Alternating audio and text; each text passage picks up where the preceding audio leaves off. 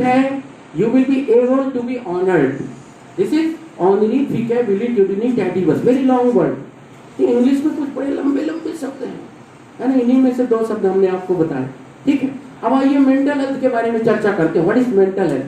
What are the science of a good mentally healthy person? Mentally healthy person should have all these virtues ingrained in his personality that should be reflected by his ideas, attitudes and practices. ठीक है ना? क्या क्या होना चाहिए वो लक्षण मैं आपको बताता हूँ।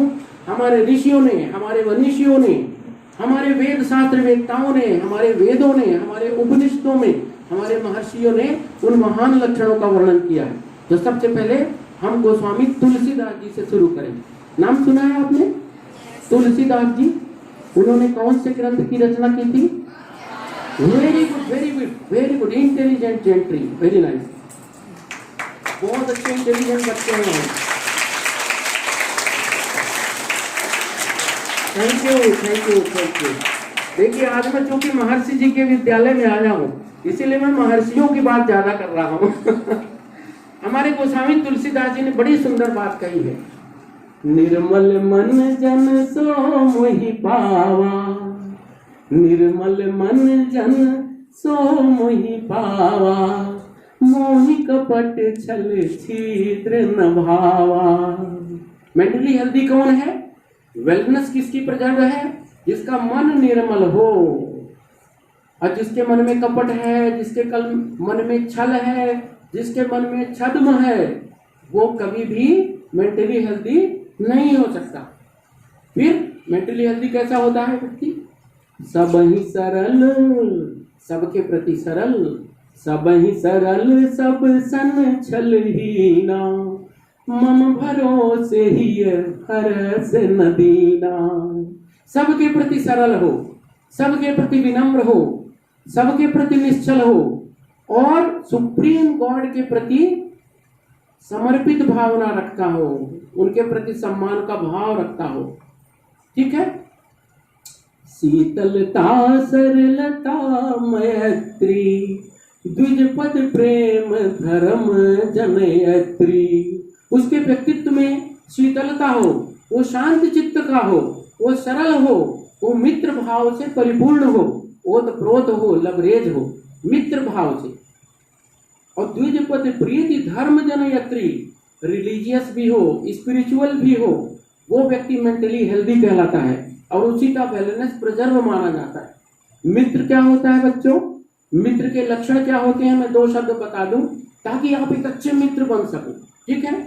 मित्र का लक्षण होता है कि निज गुण कुपथ निवारी सुपंथ चलावा, कुपथ निवारी सुपंथ चलावा, गुण प्रगटे अब गुण ही दुरावा, देत लेत मन संक न धरई, बले अनुमान सदा हित करई।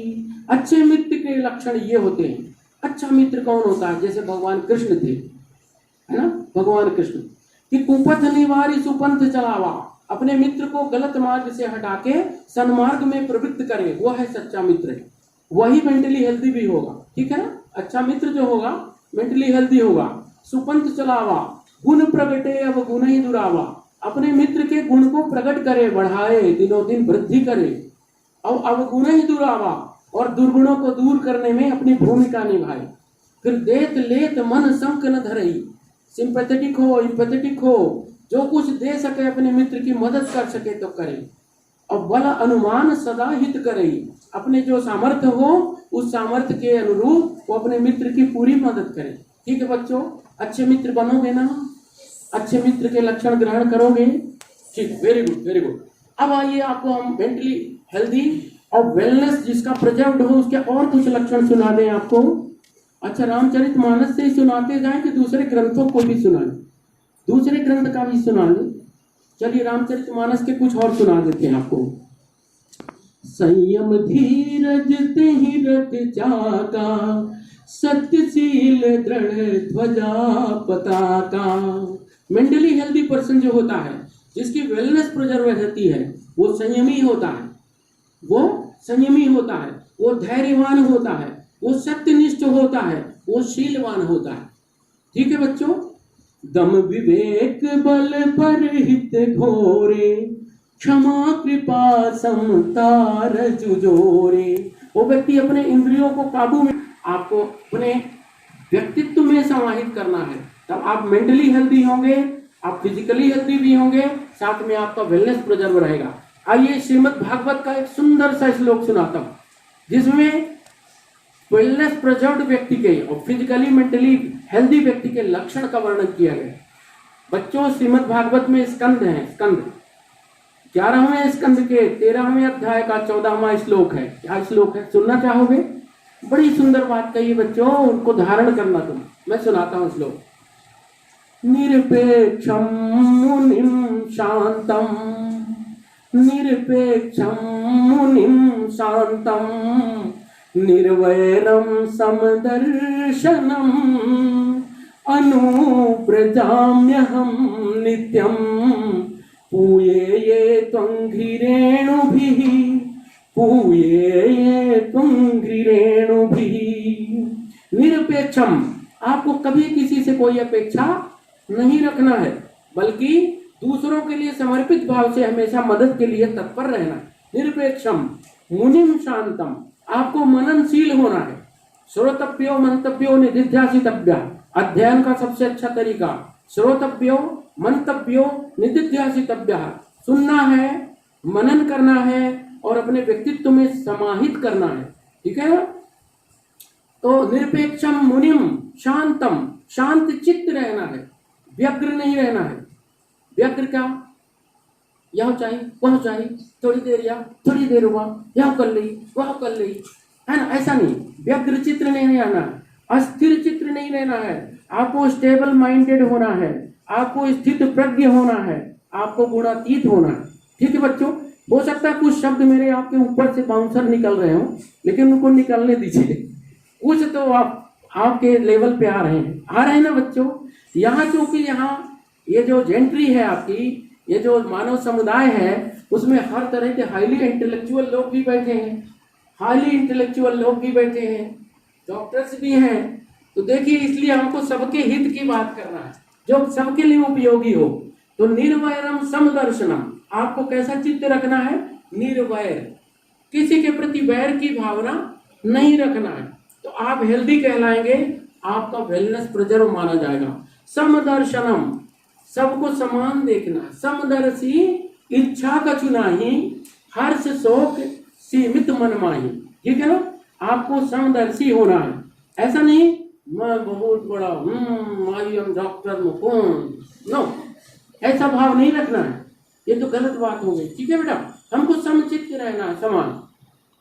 कोई छोटा है, कोई पियून है, कोई पियून है, कोई डायरेक्टर है। ठीक है ना, ऐसा नहीं कि पियून को चाटना, ऐसा नहीं। और डायरेक्टर को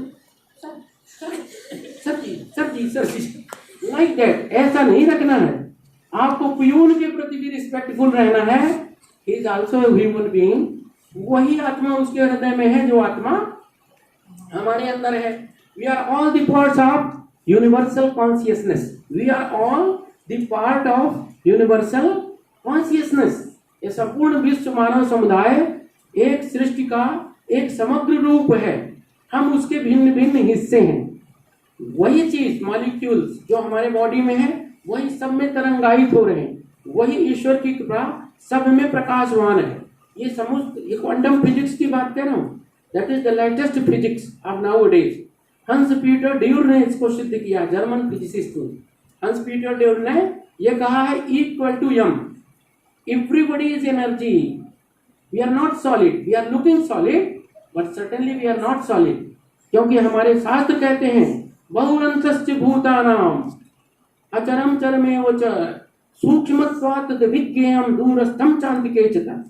यह हमारा विज्ञान कहता है। इसी को जो लेटेस्ट अभी क्वांटम फिजिक्स के जनक कहे जाते हैं, हंस पीटर ड्यूर, जर्मन फिजिसिस्ट, उन्होंने इसको पूरी तरह से एक्सेप्ट किया। He has accepted this thing which has been narrated by our great persons. Ved Vyas जी ने कहा ये बात श्रीमद् भगवद गीता में, है ना, महाभारत में कही ये बात बड़ी सुंदर कि बहिरंतस्य भूतानाम, वो हमारे अंदर भी है, हमारे बाहर भी है। मचरम चरमेव चय, वो चराचर जगत में संपूर्ण व्यक्तियों के, चराचर जगत, पेड़ों के अंदर भी है, ठोस में भी है, पंखे के अंदर भी है, ये खंभा के अंदर भी है, जहां से हिरण्यकश्यप को मारने के लिए कौन प्रकट हुए थे?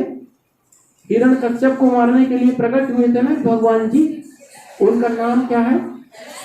और वेरी गुड, इसीलिए मैं कहता हूँ कि बहुत ही इंटेलिजेंट बच्चे हैं, बहुत इंटेलिजेंट है भाई ये तो।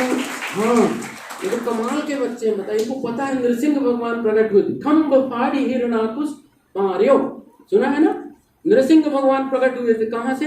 खंभा से। अब खंभे को तो हम सॉलिड मान रहे हैं, लेकिन वहां से किस जीवात्मा का जन्म कैसे हो गया? हो गया कि नहीं हो?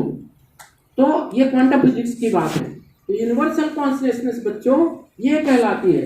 हमारे शरीर में कितनी कोशिकाएं हैं बताओ बच्चों, कोई बता सकता है?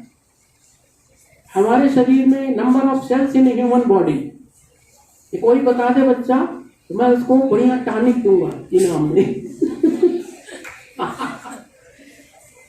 50 to 130 trillion cells. We are actually the congregation of 50 to 130 trillion cells. 10 raised to the power 13, है ना? 10 में 13 का शून्य बढ़ा दो, 14 टू, तो इतनी ट्रिलियन सेल्स हैं हमारी बॉडी में। और ये इतनी ट्रिलियन सेल कहाँ से डेवलप हुई? एक सेल से। एक सेल, आदमी का विकास होता है, एक सेल है, that is known as zygote, that is known as zygote, which divides and divides in a syncytium manner. syncytium मान एक से दो तो होता है, लेकिन वो अलग नहीं होता, एक से दो होके अलग हो गया, जुड़ा हुआ, उसको क्या कहते हैं? सिंसिटियम। एक से दो, दो से चार, चार से आगे से, और टोटल कितने हो जाते हैं? 50 to 130 ट्रिलियन सेल्स। ये हमारी जो 130 ट्रिलियन सेल्स हैं, they love each other, and not only with our cells love ourselves, but they love others cells also, दूसरे की सेल में भी, क्योंकि we are all the part of universal consciousness। ठीक है ना बच्चों? यदि हम दूसरे से नफरत करेंगे, दूसरे से घृणा करेंगे, दूसरों को चीट करेंगे, तो क्या होगा? हमारी सेल्स कंफ्यूज हो जाएंगी, because they all love each other and we are doing something else other than love, है ना? हम क्या करेंगे? नफरत करेंगे, हेट्रेड, जेलसी, चीटिंग, डिसीविंग। तो हमारी सेल्स क्या करेंगी? हमारी सेल कहेंगे, ये मुकुंद तुम क्या कर रहे हो? हम तो प्यार करते हैं समस्त चराचर जगत से, और तुम ये क्या सोच रहे हो? चीट कर रहे हो, मैंने 2 रुपये की दवाई 4 रुपये में फीस है तुम्हारी 300 और 400 तुम कमाना चाहते हो। ये जबरदस्ती की जांच गलत सलत क्यों लिख रहे हो? ये जबरदस्ती की दवाई क्यों लिख रहे हो? ये बार बार हमारी आत्मा कोसेगी ना। तो एक बहुत बड़े साइंटिस्ट हुए हैं, पॉल इहरलिक्स, नाम सुने? Paul Ehrlich's. उन्होंने एक शब्द कॉइन किया, that is known as horror autotoxicus. Horror autotoxicus. यदि हम हमारे क्रियाकलाप ऐसे होंगे, चीटिंग, डिसीविंग, हेट्रेड, जीएलसी, तो हमको क्या हो जाएगा? ऑटो इम्यून डिजीज हो जाएगी। हमारे शरीर में क्या हो जाएगा? गठियावात, हमारे शरीर में दमा, हमारे शरीर में बीपी, हमारे शरीर में शुगर, हमको हार्ट अटैक आएगा, फिर हमको लकवा लग जाएगा, फिर हमारी किडनी फेल होगी। समझ रहे हो ना? क्योंकि हम हॉरर ऑटोटॉक्सिकस के शिकार हो जाएंगे। ये विज्ञान भी सिद्ध करता है।